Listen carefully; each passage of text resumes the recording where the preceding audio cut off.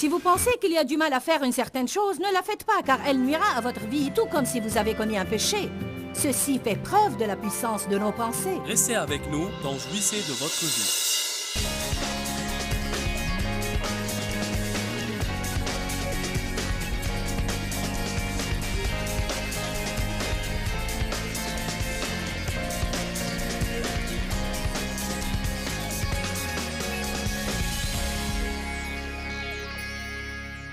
Ne vous laissez pas vaincre par le mal, mais surmontez le mal par le bien. Si mon mari a 2 défauts, ou disons 3,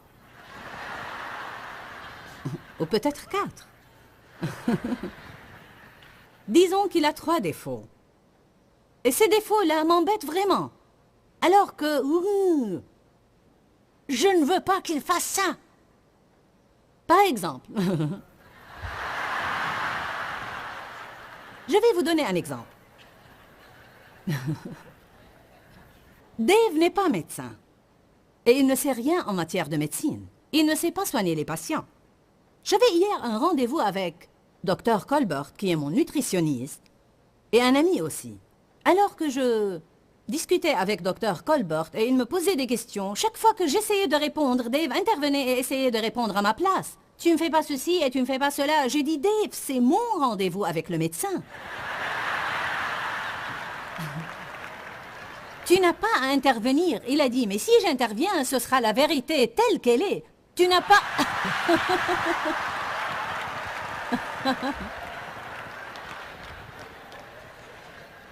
Comment? Il dit que j'oubliais de dire beaucoup de choses. Non, ce n'est pas vrai. Dave aime beaucoup les détails, alors que je suis très steak frites. Je peux vous raconter une histoire en quelques secondes, alors que lui, ça lui prendrait 10 minutes. Et il vous raconte tous les détails. Alors que tout n'est pas important. Vous savez, vous avez compris ce que je disais, n'est-ce pas?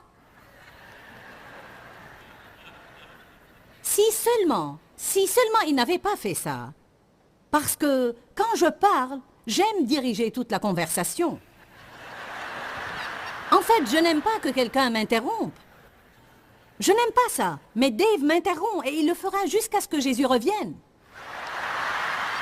Je veux dire, ça ne va pas changer. Ça fait 34 ans que nous sommes mariés et à moins que Dieu intervienne souverainement dans notre vie, la situation ne changera pas. Mais je ne vais pas divorcer à cause de ça. Il y a des gens qui divorcent pour des raisons stupides comme celle-là. Allez, je m'adresse à vous. Bien, nous ne sommes pas compatibles. Et qui l'est? Est-ce que vous connaissez 2 personnes qui sont compatibles?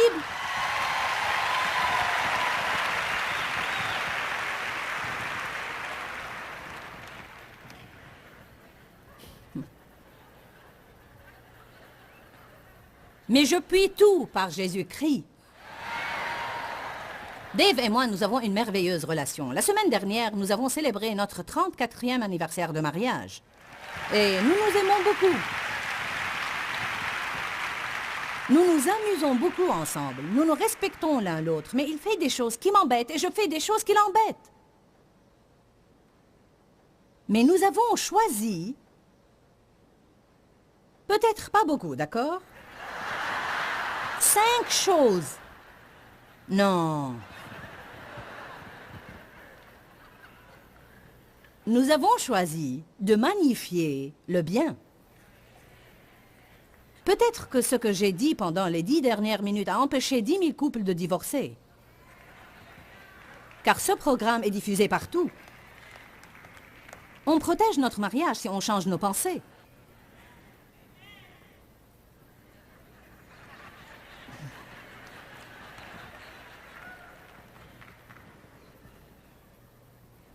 Ne vous laissez pas vaincre par le mal, mais surmontez le mal par le bien. Combien nos pensées sont-elles puissantes? Quel effet ont-elles sur nous? Matthieu chapitre 5 dit que quiconque regarde une femme pour la convoiter a déjà commis un adultère avec elle dans son cœur. Pensez à ça. Ouvrons nos livres, Matthieu 5, 27.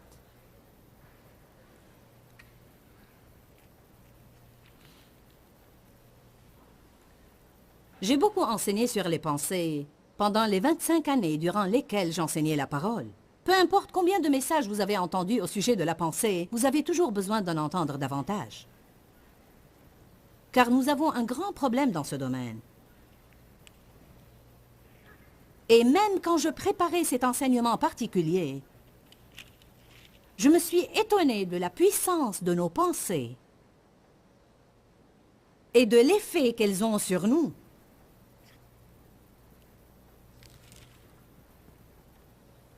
Vous avez appris qu'il a été dit « Tu ne commettras point d'adultère ». Verset 28. « Mais moi je vous dis que quiconque regarde une femme pour la convoiter et la désirer a déjà commis un adultère avec elle dans son cœur. » Oh mon Dieu! Je vais vous poser une question. À votre avis, combien y a-t-il d'hommes ou même de femmes qui ne commettent pas d'adultère, l'acte d'adultère, mais qui pensent et même qui croient qu'il n'y a aucun mal à méditer sur ce processus mentalement? Que pensez-vous de la pornographie? C'est un grand problème répandu aujourd'hui. Je peux vous dire que dans une assemblée comme celle-ci, il y a certainement des chrétiens aujourd'hui qui se sont laissés entraîner dans la pornographie et elle a maintenant de l'emprise sur vous. Et ça commence dans vos pensées. Vous y devenez adonné et votre corps ne pourra plus fonctionner comme il devrait fonctionner, à moins que vous lui donniez ce à quoi il est adonné. Vous devez vous libérer de cette prison et commencer à penser différemment. Vous devez prier ou avoir quelqu'un qui prie pour vous et vous libérer parce que ce n'est pas la volonté de Dieu pour votre vie. Vos pensées vous nuisent. Ne dites pas « ce n'est pas grave, j'ai juste pensé à ça, je ne suis pas passé à l'acte ».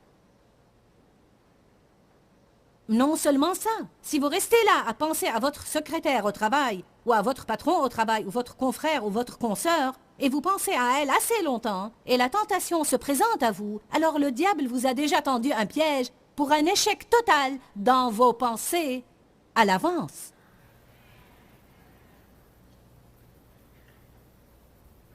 Certains ont besoin de ça ce soir. Faites bien attention à vos pensées. Vos pensées sont à l'origine de vos problèmes. Nos pensées ont une grande influence sur nous. Proverbe 23, 7. Car le calcul que l'homme fait en lui-même, c'est lui. Là où la pensée ira, l'homme la suivra. Dans Romains 14, 14, il est écrit qu'une chose n'est impure que pour celui qui la croit impure. J'avais à penser à ça assez longtemps. C'est comme, attends Seigneur, ça doit être soit pur, soit impur. Pourquoi ceci serait-il impur pour moi juste parce que je crois que c'est impur? Parce qu'il nuit à ma personne tout comme s'il était impur. Autrement dit, si une certaine chose est juste, mais je suis trompée et je crois qu'elle est fausse et je suis extrêmement consciencieuse et chaque fois que je la fais, je me sens coupable. Alors Dieu dit, vaut mieux que tu ne la fasses pas parce qu'en réalité, elle va influer sur toi comme si elle était vraiment fausse. Est-ce que c'est suffisamment clair pour vous? C'est pourquoi il est important de connaître la vérité et de la laisser nous affranchir. Certains croient que Dieu se mettra en colère contre eux s'ils ne lisent pas un certain nombre de chapitres dans la Bible tous les jours. Vous avez fait votre propre loi. Et vous vous sentez coupable si vous ne respectez pas cette loi. La Bible dit que nous devons aimer la parole. Elle ne nous donne pas une formule à suivre. Mais c'est quelque chose qui nous est prêché. Lisez la parole tous les jours. Je crois cela. Et je pense que nous devons nous nourrir de la parole, tout comme nous mangeons de la nourriture tous les jours.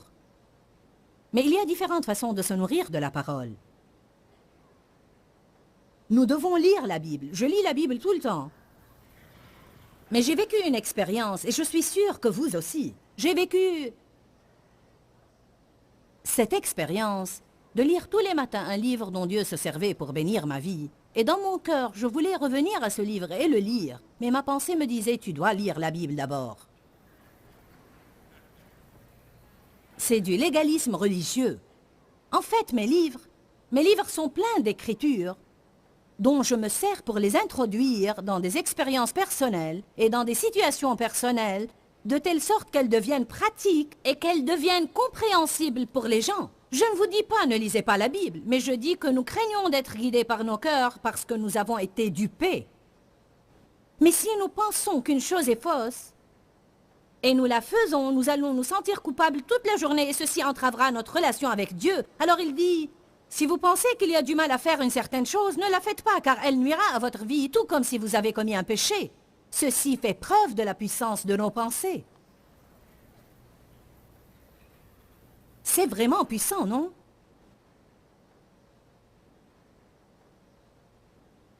Romains 14, verset 23 dit, « Tout ce que vous faites, qui n'est pas le produit d'une conviction et qui ne découle pas de la foi, est un péché. Car quand vous croyez que c'est un péché, il aura sur vous l'effet d'un péché. Pourriez-vous m'amener ma table? J'aimerais que les placeurs amènent ma table. Nous vivons dans une maison faite de pensées. Je me suis donné beaucoup de mal pour acheter quelques accessoires pour vous convaincre ce soir. Dès que les placeurs m'amènent ma petite table, je ferai une illustration qui vous aidera à ne jamais oublier ce sermon. Bien. Viens, Cindy, à côté de moi. Nous vivons dans une maison faite de pensées. Nous allons les faire sortir rapidement.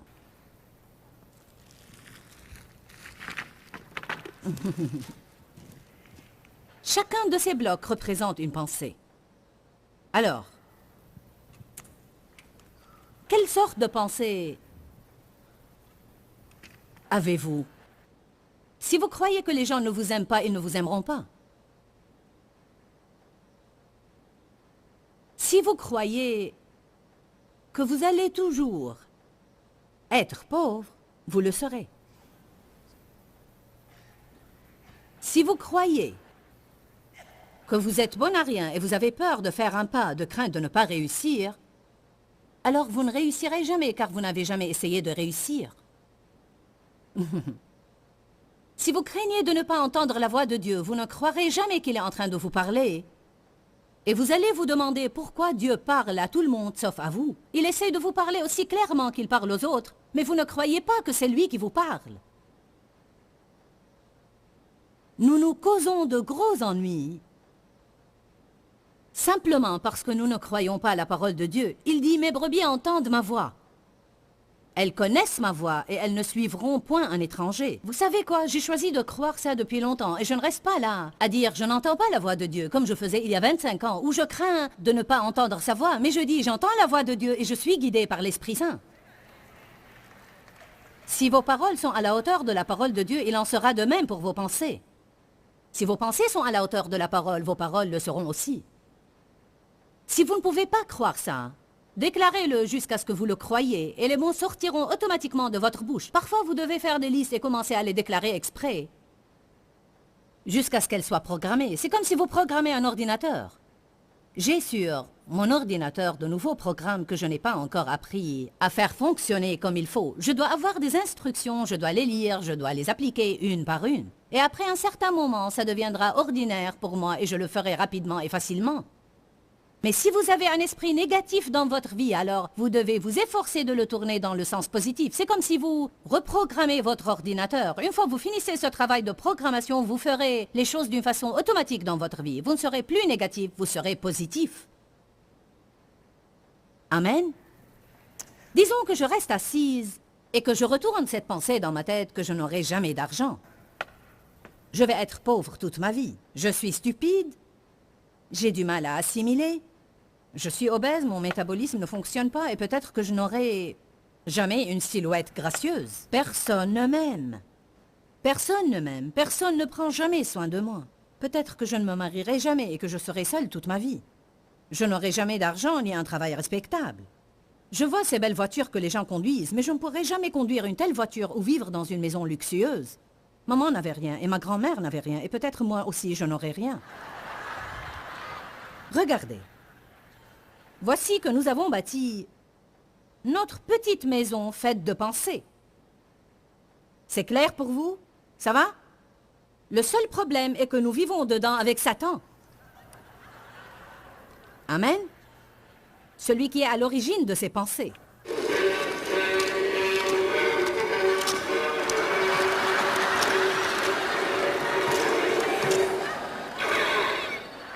C'est comme ça que ça se passe. Allez, louons le Seigneur maintenant.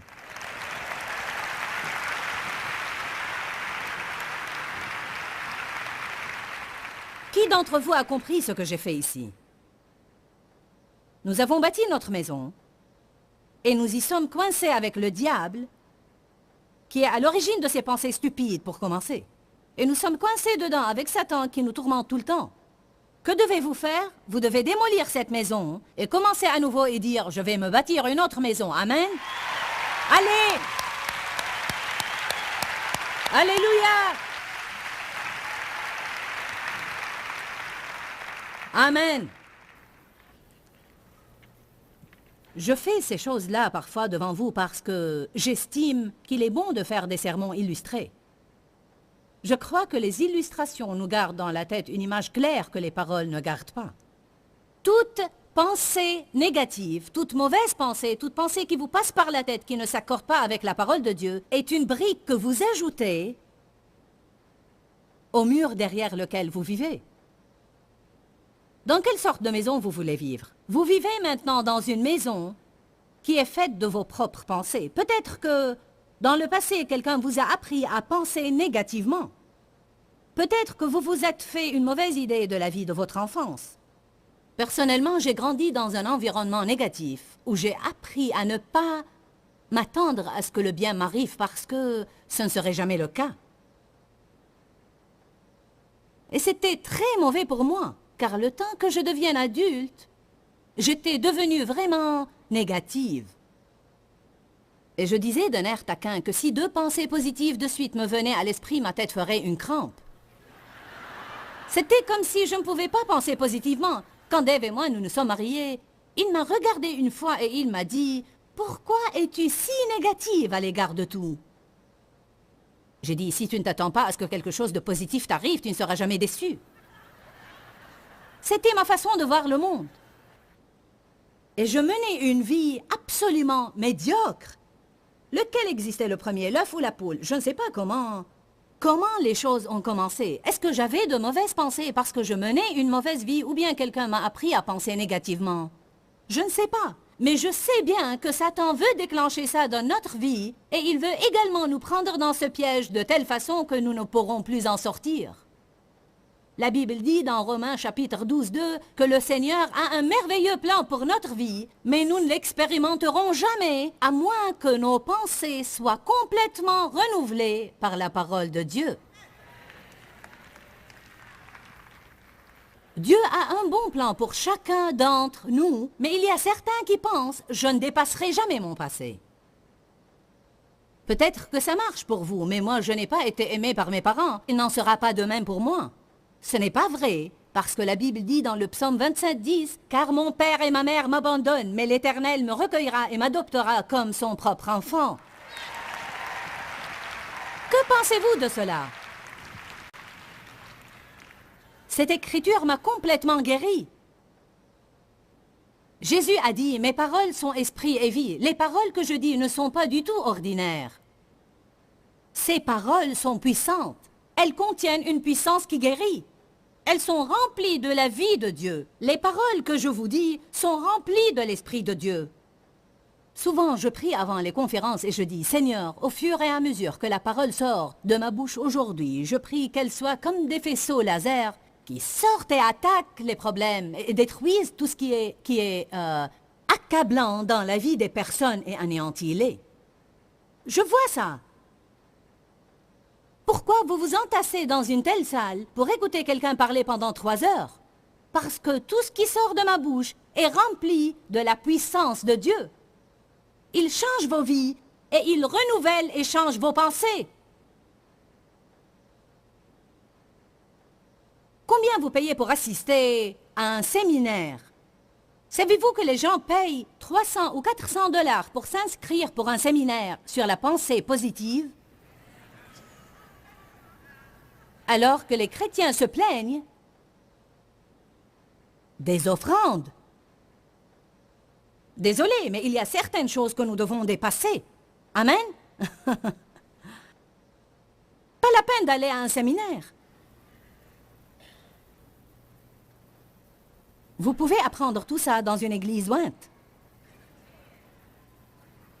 Dans le monde, une personne qui a la tête bourrée de théories peut vous apprendre ça, mais elle n'a aucune idée de quoi elle parle. Je suis passé par là, je sais. Vous dites, ce n'est pas juste. Je suis passé par là et ce n'est pas juste. J'ai été vraiment maltraité et ce n'était pas juste et je ne comprends pas. Il faut que Dieu me clarifie les choses parce que je ne comprends pas et je serai dans la confusion toute ma vie. Eh bien, lisez Ésaïe 61:7.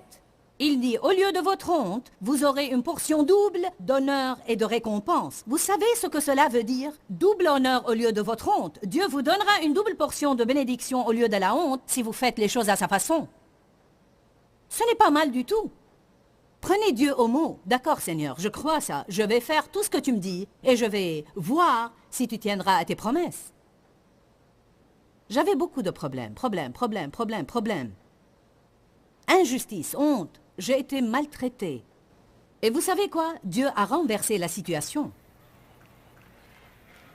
Allez! Dieu vous dédommagera. Mon monde et le vôtre sont faits de nos propres structures de pensée. Croyez que vous êtes bon à rien et vous ne réussirez jamais. Les gens pensent, Dieu est en colère contre moi, j'ai peur, je suis timide, je ne suis pas créatif, je ne suis pas coopérant, je suis lent, je suis fauché, je suis impatient, je suis laid. Je ne peux faire confiance à personne. Vous ne pouvez faire confiance à personne, vous ne pouvez faire confiance à personne. Puis vous vous demandez pourquoi vous ne réussissez pas à avoir des relations intimes et à faire confiance aux autres. C'est parce que vous avez pensé à ça et vous l'avez déclaré 1001 fois dans votre vie. Vous ne pouvez faire confiance à personne. Tout le monde vous blesse, tout le monde vous déçoit. Pas tout le monde vous blesse, mais certaines personnes. Relativisez les choses. Nous disons tout le temps, tu fais ça toujours. Pourquoi tu ne fais jamais rien comme il faut? Ne peux-tu jamais porter un liquide sans le renverser? Chaque fois que tu portes quelque chose, tu le casses. Nous exagérons beaucoup, je suis comme ça. Je dis tout le temps, jamais, toujours, chaque fois, tout le temps. Ça exaspère Dave. Il dit non, on ne se dispute pas tout le temps. Et moi je dis, on ne peut jamais discuter. Et il dit, c'est stupide. Ça fait 34 ans que nous discutons. Nous avons parlé de plein de choses. Maintenant nous avons des avis différents sur des petites choses et tu dis que nous ne pouvons jamais discuter.